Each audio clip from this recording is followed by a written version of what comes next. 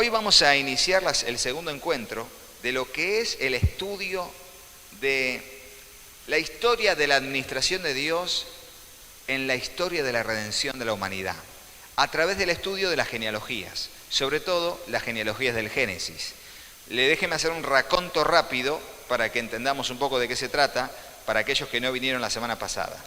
La semana pasada vimos rápidamente cómo fue la caída del hombre, y a partir de allí pudimos interpretar de que, como dice la palabra del Señor en el Nuevo Testamento, el plan de la redención para la humanidad fue trazado por Dios desde antes de la creación del mundo.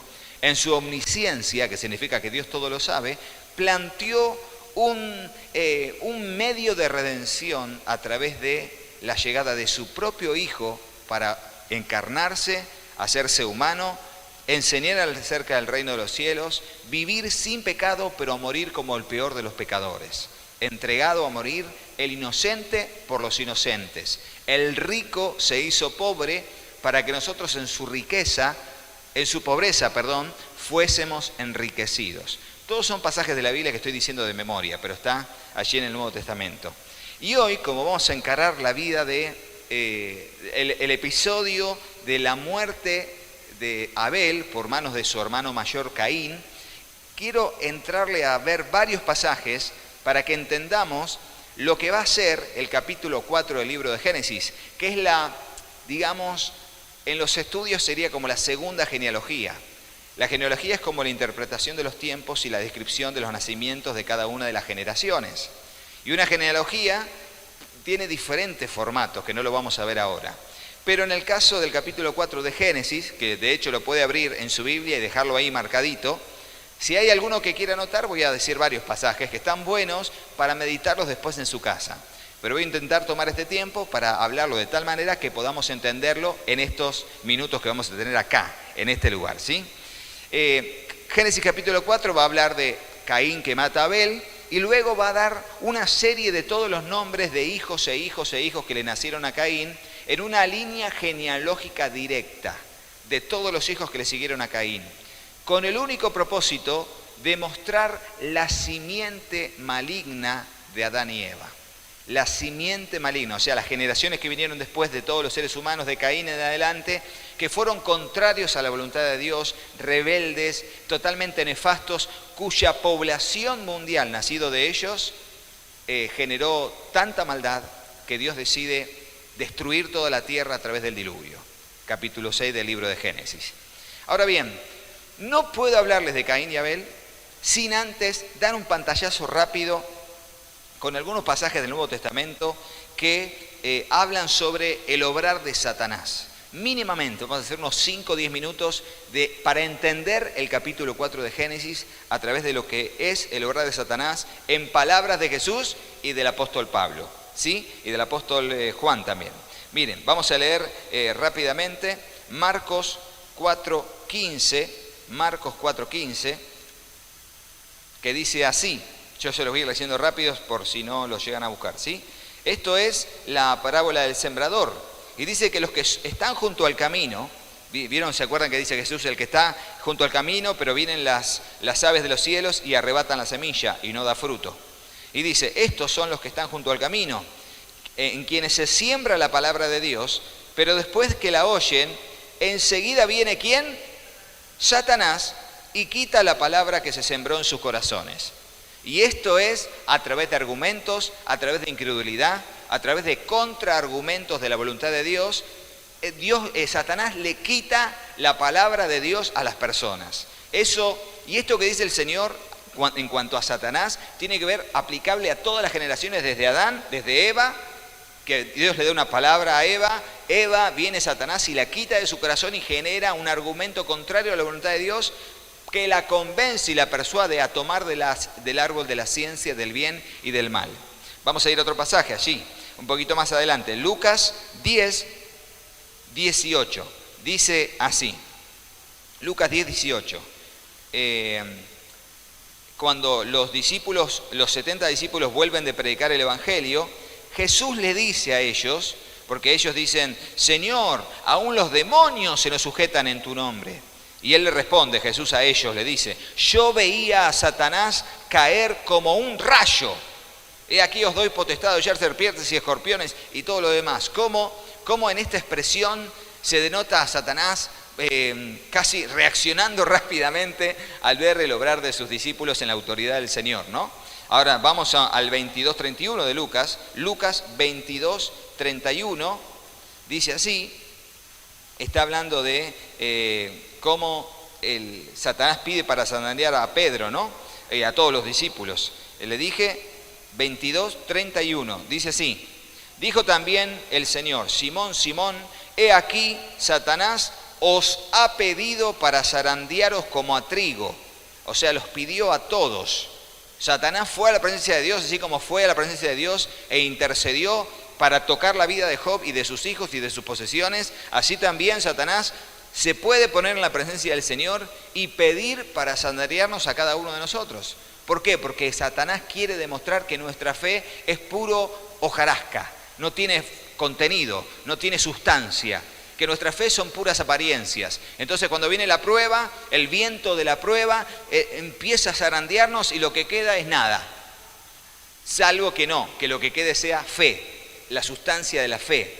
Que realmente, aunque vengan las pruebas, nos sacuden, va sacando hojarasca y de repente lo que queda es fe. Por eso el Señor dice: Satanás te pidió para zarandearte como a trigo, pero yo he rogado para que tu sustancia, tu fe, lo que te va a sostener después de la prueba, no falte. Pero fíjense cómo Satanás está ahí, tiene constantemente la actitud y aptitud delante del Señor de interceder para nuestra destrucción y nuestra condenación. Después viene 2 de Corintios 2:11. 2 de Corintios 2:11. Espere que me voy por acá. Como el apóstol Pablo, acá estamos, como el apóstol Pablo, hablando del perdón a los hermanos, sobre todo a uno que había sido encontrado en una maldad muy grande en la primera carta, finalmente los discípulos lo habían perdonado. Y entonces él dice: si vosotros perdonáis, versículo 10, yo también lo perdono, porque también yo lo he perdonado, si algo he perdonado, por vosotros lo he hecho en presencia de Cristo. ¿Y para qué lo hizo? ¿Para qué perdonar? ¿Para qué no llevar cargas innecesarias? Para lo que dice después en el versículo 11. ¿Para que qué? ¿Quién? Satanás, ¿qué hace? No gane ventaja alguna sobre vosotros, porque el apóstol estaba alerta y velando, pues no ignoramos sus maquinaciones. El apóstol Pablo, y así nosotros, no tenemos que ignorar las maquinaciones de Satanás. ¿Qué quiere Satanás? Matar, hurtar y destruir. Él vino a hacer perder la obra de la creación. Él vino a llevarse a todos los que más puede al infierno, porque sabe que está condenado.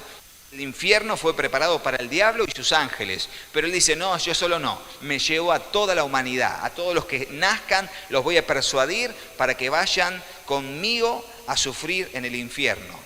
Ahora fíjense cómo el apóstol Pablo dice: nosotros no ignoramos sus maquinaciones. Por eso, ¿qué hace? No deja pasar oportunidad para hacer lo correcto. Y en este caso, perdonar a un hermano que se había arrepentido. ¿Para qué? Para que Satanás no gane ventaja alguna sobre nosotros, porque no ignoramos sus maquinaciones. Ese párrafo está para subrayarlo en su Biblia, porque es muy importante. De hecho pasa, déjame hacer un paréntesis rápido, pasa que te pasa algo en tu casa y te preguntás si no será una maquinación de Satanás. Te pasa algo con alguien, falta de perdón, falta de tiempo, mala organización, irresponsabilidad, reacciones de las personas para con vos o reacciones tuyas para con los demás. ¿No será que Satanás puede usar eso y generar maquinaciones para destruir nuestra vida, nuestra fe, apagarla? Por eso no ignorar eso. A mí me ha pasado en momentos en que, sobre todo con confrontaciones humanas, o sea, si hay algo desgastante, son las confrontaciones humanas. El desgaste que producen las relaciones humanas es terrible, sobre todo en el servicio a Dios. Pero no nos tenemos que permitir que Satanás maquine o que aproveche circunstancias donde nosotros no damos brazo a torcer, donde, no sé, le cometimos un error con alguien y no lo queremos reconocer. No, automáticamente reconocelo, cambiá, pedir perdón, lo que sea. ¿Para qué? Para que Satanás no gane ventaja alguna sobre nosotros, porque no ignoramos sus maquinaciones. Te agarra vergüenza y no querés predicarle a alguien. Bueno, quizás también Satanás pueda manipular eso para intentar persuadirnos de no hablarle el evangelio a nadie y poner pensamientos de no te va a escuchar, ¿para qué vas a perder tiempo con esa persona? Bueno, todo está orquestado por Satanás para destruir, matar, hurtar, matar y destruir, como bien lo dice el Señor. Él lo sacó a luz. Él le dijo a los religiosos cuando le decían, nosotros somos hijos de Abraham. ¿Se acuerdan que le dijo el Señor a ellos? Ustedes son hijos de su padre el diablo. ¡Ah! ¿Te imaginás? Una locura. ¿Cómo le va a decir eso? Se fue. ¿Se pasó? No, el Señor no se pasó. Y no le quiso decir a ellos que son hijos del diablo, así como, ¿viste? Sino que la creación entera está bajo el maligno. Lo que no se dan cuenta es que todo aquel que rechaza al Señor, que no cree en Jesús, ya fue condenado y es parte de este planeta y este sistema que está bajo el maligno. Ya son parte. Por eso, nuevamente, la frase que continuamente intento repetir, Dios nos sacó, que dice el apóstol Pedro en 1 de Pedro, Dios nos sacó de las tinieblas a su luz admirable, para que anunciemos las virtudes de aquel que nos sacó de las tinieblas a su luz admirable. Todos estábamos bajo el maligno, pero hoy somos luminares en el mundo. Somos hijos de luz. La manifestación gloriosa de los hijos de Dios. Y eso somos nosotros. Quiero seguir leyendo un poco más, brevemente, sobre las cuestiones de Satanás. Fíjense lo que dice Primera de Tesalonicenses. Capítulo 2, versículo 18. Acá el apóstol Pablo lo está diciendo específicamente. Dice, por lo cual quisimos ir a vosotros. Quería ir a Tesalónica, a visitar a los creyentes de Tesalónica. Sin embargo, ¿qué dice? Quisimos ir a vosotros una y otra vez, ciertamente, pero ¿quién nos estorbó? Satanás. Pero esto de nos estorbó no es que vas a ver un demonio enfrente tuyo diciendo, acá no pasás. No, son circunstancias. Circunstancias que Dios permite de alguna manera, pruebas, negaciones, obstáculos, y que también son parte de lo que Satanás puede hacer para que no seas edificado en la palabra del Señor. Por eso es tan importante tener un carácter firme con respecto a las cosas buenas que tenemos que practicar. A estas rutinas hermosas que tenemos de leer la Biblia, de orar, de venir a congregarnos, de aprender de la palabra del Señor, de ser edificados en su palabra como fundamento firme, eso tiene que ser intocable. Intocable. ¿Por qué? Porque si tenemos un carácter débil, finalmente vamos a ser llevados por todo viento de doctrina. A veces Satanás no utiliza el ateísmo para negarte, para cegarte. No, utiliza doctrinas aparentemente cristianas, pero que son falsas doctrinas, que lo que te hacen es creer en algo que no está para nada acorde con la palabra del Señor. Entonces, vos estás chocho, contento de que crees en algo, sin embargo no te das cuenta que estás creyendo una falsa doctrina y siendo engañado. Y así vive el mundo cristiano, llevados de aquí para allá por todo viento de doctrina, por estratagemas de hombres que utilizan con astucia las artimañas del error, lo dice el apóstol Pablo. Fíjense cómo todo tiene una coherencia en ese sentido.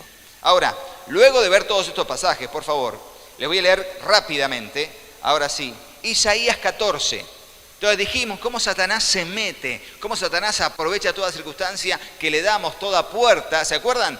Efesios que dice, hermanos, airaos pero no pequéis, no se ponga el sol sobre vuestro enojo, ni deis lugar ¿a quién? Al diablo. De vuelta lo mismo, o sea, esto no es para que nosotros vayamos viendo de cualquier circunstancia una sombra que se te cruzó, que ahí está Satanás, que no sé, que tu mamá te dijo, hacete la cama, Satanás inmundo, le decía. O sea, no es esa onda, no tiene que ver con eso de ver a Satanás en todos lados y que cualquier cosa es un espíritu inmundo. De hecho, hay libros sobre liberación que se van a ese, creo yo, extremo de que nos estornudó espíritu de estornudo. ¿Me entendés? O sea, levantó temperatura, un espíritu de temperatura, y así con una lista tremenda de todo tipo de manifestaciones y demonios que la gente cree que es así. Isaías 14 es uno de los pasajes que habla sobre los orígenes de Satanás.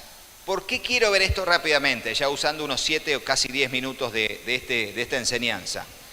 Porque para estar alertas hay que conocer al enemigo.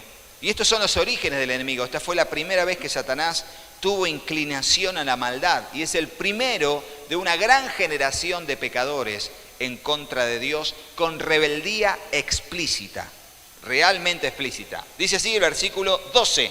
Vamos a leer del 12 al 15 de Isaías 14. Es uno de los dos pasajes de la Biblia que habla sobre los orígenes de Satanás. Isaías 14, Ezequiel 28. Metételo en la cabeza. Isaías 14, Ezequiel 28. Ya vamos a ir allá. Ahora leemos esto. ¿Cómo caíste del cielo, oh lucero, hijo de la mañana? Cortado fuiste por tierra, tú que debilitabas a las naciones, tú que decías en tu corazón, subiré en lo alto, junto a las estrellas de Dios, levantaré mi trono. En el monte del testimonio me sentaré, a los lados del norte, sobre las alturas de las nubes subiré, y seré semejante ¿a quién? Al Altísimo. Pero se le declara esta palabra, mas tú derribado eres hasta el Seol, a los lados del abismo. De aquí solamente sacamos que él quiso poner su trono a la misma altura que el trono de Dios. Quiso ser semejante al Altísimo. Arrogancia, soberbia, altivez de espíritu, todo ese orgullo manifestado a pleno en la figura de Satanás.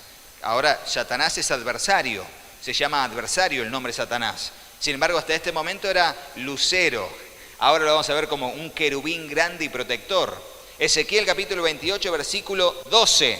Dice así, metafóricamente hablando al rey de Tiro, le habla a Satanás la palabra profética. Y dice así, hijo de hombre, levanta endechas sobre el rey de Tiro y dile, así ha dicho Jehová el Señor, tú eras el sello de la perfección, lleno de sabiduría y acabado en hermosura. En Edén, en el huerto de Dios estuviste, de toda piedra preciosa era tu vestidura, de cornerina, topacio, jaspe, crisólito, berilo y ónice, de zafiro, carbunclo, esmeralda y oro. Y acá habla de lo que sería su cuerpo a continuación. Los primores de tus tamboriles y flautas estuvieron preparados para ti en el día de tu creación. Por eso se le atribuye a Satanás toda la dirección de la alabanza del cielo, como fue el músico, el magistral músico, director de la alabanza en los cielos, por esta parte que dice aquí. Y el versículo 14 lo menciona como qué tipo de ángel era. Era un querubín grande. Recuerde, querubín, serafín, arcángel, ángel. Así que querubín grande, protector. Yo te puse en el santo monte de Dios. Allí estuviste. En medio de las piedras de fuego te paseabas. Perfecto eras en todos tus caminos hasta el día que desde el día que fuiste creado hasta que se halló en ti ¿qué? Maldad. Y a causa de la multitud de tus contrataciones fuiste lleno de iniquidad y pecaste. Por lo que yo te eché del monte de Dios y te arrojé de entre las piedras de fuego, oh querubín protector. Eso era la presencia de Dios, pero la presencia de Dios era el lugar donde Dios está, donde está el Altísimo. Y él tenía acceso a eso. Sin embargo, como dice, fue lleno de iniquidad y pecaste. Por lo que yo te eché del monte de Dios, te arrojé desde las piedras del fuego, oh querubín protector. Se enalteció tu corazón a causa de ¿qué? De su hermosura. Se ve que era realmente hermoso. Corrompiste tu sabiduría a causa de tu esplendor.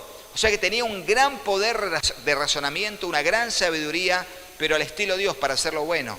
Sin embargo, algo sucedió en la mente de Satanás, algo sucedió en su, no sé cómo decirlo, si su genética a esta altura de la creación, que se corrompió y comenzó a pensar en la posibilidad de luchar contra Dios, ser semejante a Él, de derribarlo, derrocarlo y ser Él la autoridad máxima de toda la creación por sobre su mismo creador. Con la multitud de tus maldades y con la iniquidad de tus contrataciones, profanaste tu santuario. Yo pues saqué fuego de en medio de ti, el cual te consumió. Todo aquello que había sido él de lo bello y hermoso, dejó de ser. Dios sacó fuego de en medio y lo consumió. Y te puse en ceniza sobre la tierra a los ojos de todos los que te miran. Todos los que te conocieron de entre los pueblos se maravillarán de ti. Y termina con esta sentencia, espanto serás y para siempre dejarás de ser. Las contrataciones, ese tipo de contrataciones tiene que ver con que Satanás tuvo la sabiduría maligna, pero sabiduría al fin, para poder convencer de alguna manera en los medios de comunicación que tendrán en el cielo, poder convencer a la tercera parte de los ángeles, que en el libro de Judas, si no me equivoco, le dice los ángeles caídos, aquellos que están encarcelados esperando su veredicto, su condenación en las prisiones eternas. Lo dice el libro de Judas. Ahora, si él no perdonó a los ángeles caídos, ¿cómo no nos perdonará a nosotros? Dice allí el autor de la carta. Ahora, fíjense cómo Satanás fue arrojado a la tierra con cero autoridad, totalmente desprestigiado, sin embargo, con la sabiduría corrompida, que por alguna razón Dios lo dejó, creo que para ser el tentador, para transformarse en el tentador, en aquel que iba a tentar a su creación, para ver si su creación sería obediente a él, conscientemente o conscientemente obedecería a hacer lo malo. De eso se trata un poco. Ahora sí, vamos a Génesis, por favor, capítulo 4, y así nos metemos de lleno después de esta introducción de unos 15 minutos. Igual no va a ser mucho más, pero quiero que vea conmigo Génesis capítulo 4. Finalmente Satanás logra persuadir al hombre, a la mujer, o a la mujer primero y luego a través de ella al hombre, para que coman del árbol de la ciencia del bien y del mal. Allí su ser fue corrompido por el conocimiento del mal. Así su ser, que era inocente, terminó siendo corrompido por lo que sería conocer lo bueno, pero también conocer lo malo.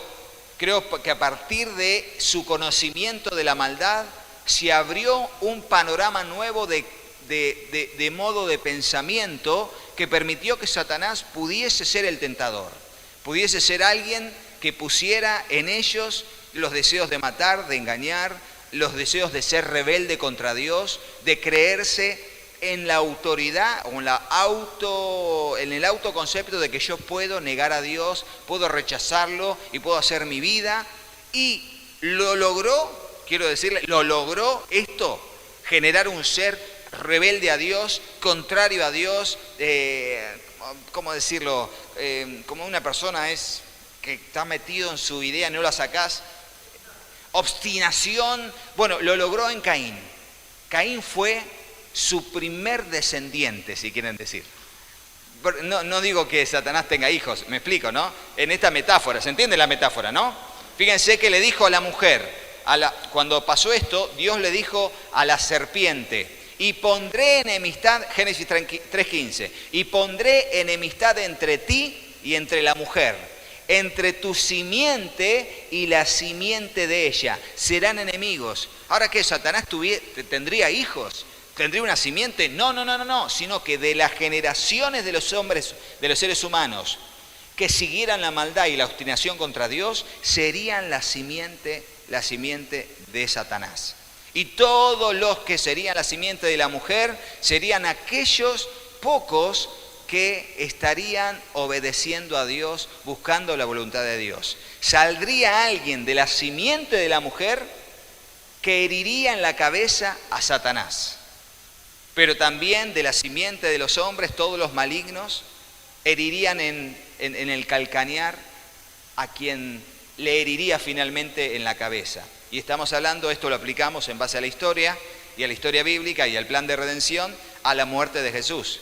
Luego su resurrección y su victoria y su señorío como Rey de Reyes y Señor de Señores traería finalmente un juicio final a Satanás en una herida mortal en su cabeza. Ahora, gracias a Dios que estamos en este tiempo, como lo dijimos la semana pasada, ¿no? Donde podemos interpretar bajo la luz del Espíritu Santo y de la palabra de Dios escrita el plan de la redención. Ahora bien, fíjense que a lo largo de toda la Biblia se ve la genealogía. Y como lo dijimos, Génesis capítulo 5, desde Set hasta Noé. Luego el capítulo, si no me equivoco, el 11, es desde el hijo de Noé, Sem, hasta Abraham. Y luego de Abraham, el resto del capítulo, de todos los capítulos del Génesis, hasta el capítulo final, es todo lo que sigue desde Abraham, Isaac, Jacob y la historia de José. ¿Todo para qué? Para mostrar el plan de la redención y la administración de la gracia de Dios mediante todas esas edades y todos esos propósitos. Lo extraordinario de Dios a lo largo de la historia. ¿Por qué? Porque la Biblia nos demuestra que desde Fares, que fue el hijo de Judá, el libro de Ruth presenta otra genealogía en el final del capítulo, el 4, que dice Fares, que tuvo a, después Boz, que Boz tuvo con Rahab, Salmón tuvo con Rahab a Boz con Ruth, y finalmente Obed, Isaí al rey David. ¿Cómo se menciona la genealogía? O sea, hubo una familia que Dios se encargó de que tuviesen hijos, y que nunca se cortara hasta llegar a Jesús. Podrían haberlo matado y raerlo sobre la faz de la tierra, como Esaú, que desapareció Edom, el pueblo de Edom desapareció, no hay descendientes, y como otros que desaparecieron sobre la faz de la tierra. Sin embargo, en la historia de la redención, en la simiente de la mujer, en toda la descendencia de Adán a través de Set hasta llegar a Noé, de Noé a través de Sem hasta llegar a Abraham, de Abraham hasta llegar a José, luego todos los demás que participaron de toda una descendencia hasta llegar a David, que hasta los descendientes de David estuvieron con Joás, el chiquitito Joás, estuvieron a punto de ser raídos sobre la faz de la tierra. ¿Se acuerdan cuando Atalía usurpa el trono? Otra más, que a la vista de lo que estamos viendo, fueron todos métodos que creo que la Biblia a veces lo dice y a veces no, por eso es complicado esto, pero fueron todos métodos que Satanás intentó para intentar romper con la línea genealógica hasta llegar a Jesucristo. ¿Cuál fue su último intento? Herodes, queriendo matar a Jesucristo, a raerlos y matar a todos los inocentes. Bueno, ¿quién está por sobre todo eso? El maligno. El maligno está sobre todo eso. De hecho, aún en su muerte Jesús le dice, ha llegado el tiempo de mi hora. Ahora es el tiempo en que el Hijo del Hombre se ha entregado en las manos de los malignos, es el tiempo de los gentiles. Pero fue parte del tiempo de la redención. Ahora, vamos a leer entonces qué pasó.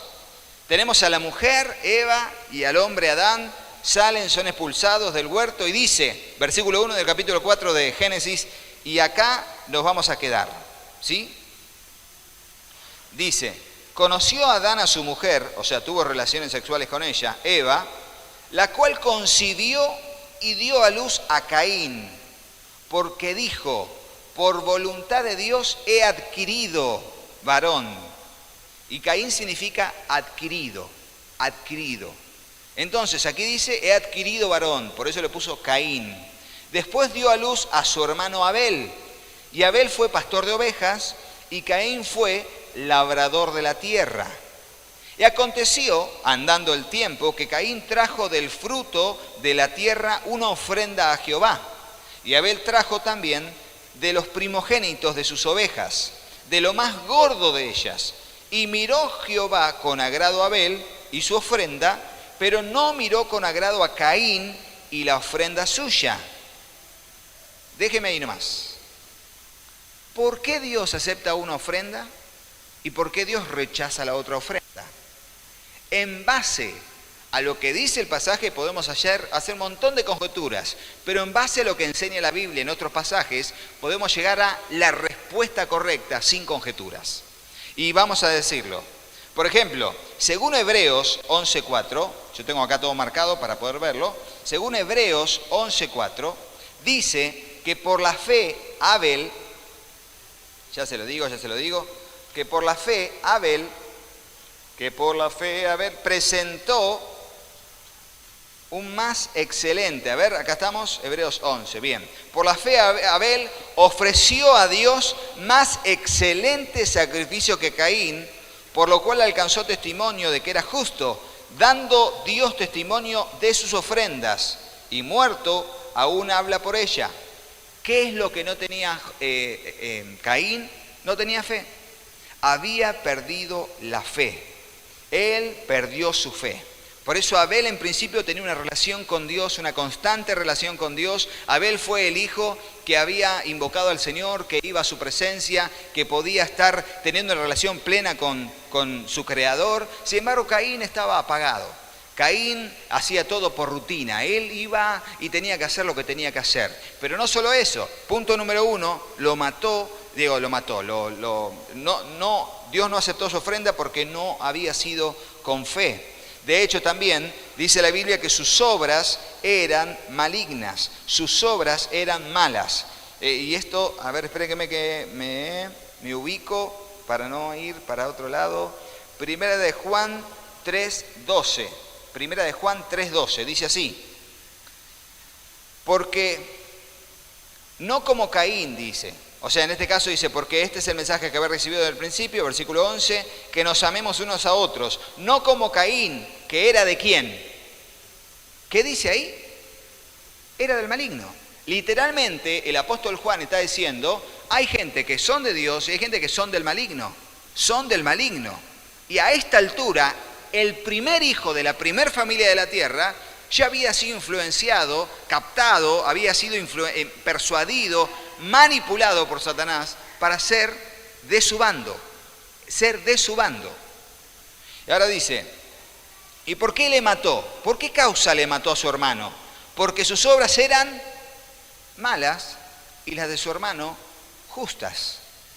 O sea que estamos hablando literalmente de que hay un hombre bueno y un hombre malo que presenta ofrendas a Dios. Ahora, ¿qué dice Proverbios 15:8 acerca de las ofrendas de Dios con respecto a cómo Dios reacciona frente a ellas? Proverbios 15:8 dice, el sacrificio de los impíos, ¿qué es? Abominación a Jehová, mas la oración de los rectos es su gozo. Entonces, ¿por qué Dios rechaza? ¿Qué era? ¿Era el vegetal? ¿Era el tipo de animal? Bueno, Abel, por su devoción a Dios, presentó lo más gordo de sus ovejas, lo mejor para Dios.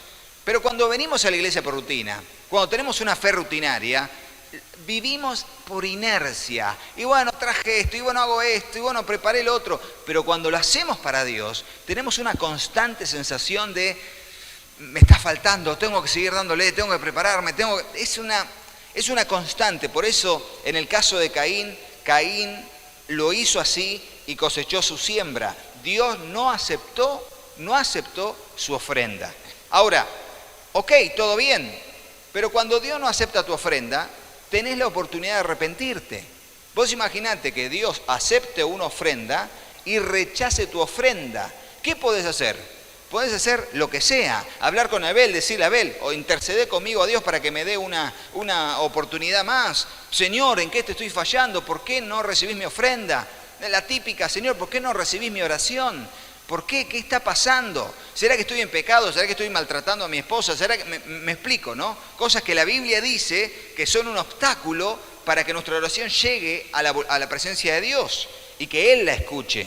Sin embargo, Él no lo hizo. Y fíjense cómo sigue diciendo. Aconteció que andando el versículo 3, ¿no? Versículo 4. Abel trajo, versículo 5, pero no miró con agrado a Caín y a la ofrenda suya. Fíjense que dice, no miró con agrado no la ofrenda de Caín. ¿A quién no miró con agrado? A Caín, porque lo leímos en Primera de Juan, sus obras eran malas. Y literalmente dice, Caín era del maligno, estaba del otro bando. Ahora bien, dice, Abel trajo también, versículo 6, entonces Jehová dijo a Caín, esta es la primera oportunidad para que se arrepienta, escuchen, ¿por qué te has ensañado? ¿Y por qué ha decaído tu semblante? Porque dice, ¿no?, que Caín, se ensañó Caín, se enojó, se indignó y decayó su semblante. Y él dice, ¿por qué estás así? Si no hicieres bien, el pecado está a la puerta. Con todo esto, dice, a ti será su deseo y tú te enseñorearás de él. Lo que quiere decir es que aunque esté el pecado a la puerta, tú tienes que dominarlo y ser su amo. Si no, vas a ser un esclavo del pecado.